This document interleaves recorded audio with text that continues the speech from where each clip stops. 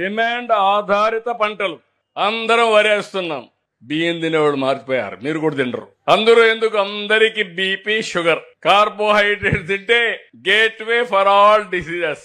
ఏ రోగం రావాలన్నా ఫస్ట్ వచ్చేది షుగర్ ఉండే వాళ్ళకి వస్తుంది. అక్కడి నుంచి అనేక సమస్యలు వస్తాయి. అందుకే ప్రపంచం మొత్తం మారిపోయింది. పళ్ళు తింటున్నారు, కూరగాయలు తింటున్నారు, ఎగ్ తింటున్నారు, మిల్లెట్స్ తింటున్నారు.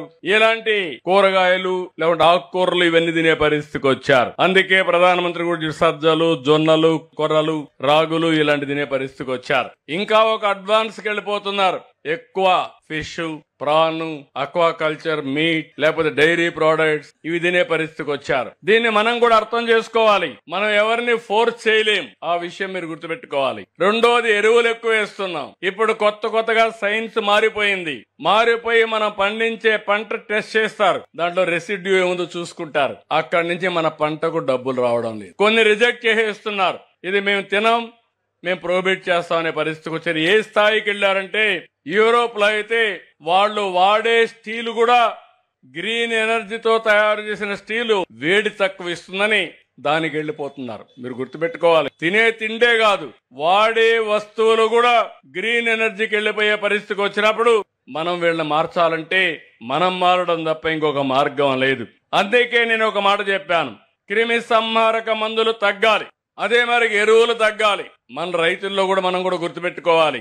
ఈ రోజు సర్టిఫికేషన్ వచ్చింది అంటే మీరు పండించే పంట ఆటోమేటిక్ గా ఏమేమి ఉన్నాయో అవన్నీ వస్తున్నాయి. రెండోది, ఎక్కడికక్కడ ట్రేసబిలిటీ వస్తా ఉంది.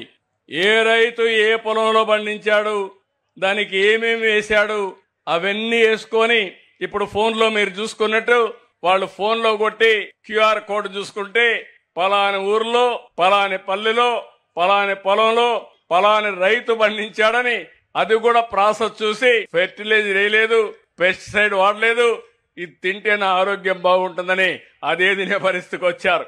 ఈ విషయం మీరు గుర్తుపెట్టుకోవాలి. ఇలాంటివి వచ్చినప్పుడు ప్రకృతి సేద్యానికి ముందుకు పోవాలి. మన రాష్ట్రంలో ప్రకృతి సేద్యం మనం బాగా చేస్తున్నాం.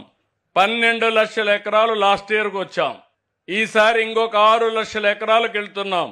18 లక్షల ఎకరాల్లో ప్రకృతి సేద్యం చేసే ఏకైక రాష్ట్రం భారతదేశంలో మన ఆంధ్రప్రదేశ్ రాష్ట్రం అని చెప్పి నేను మీకు తెలియజేస్తున్నా.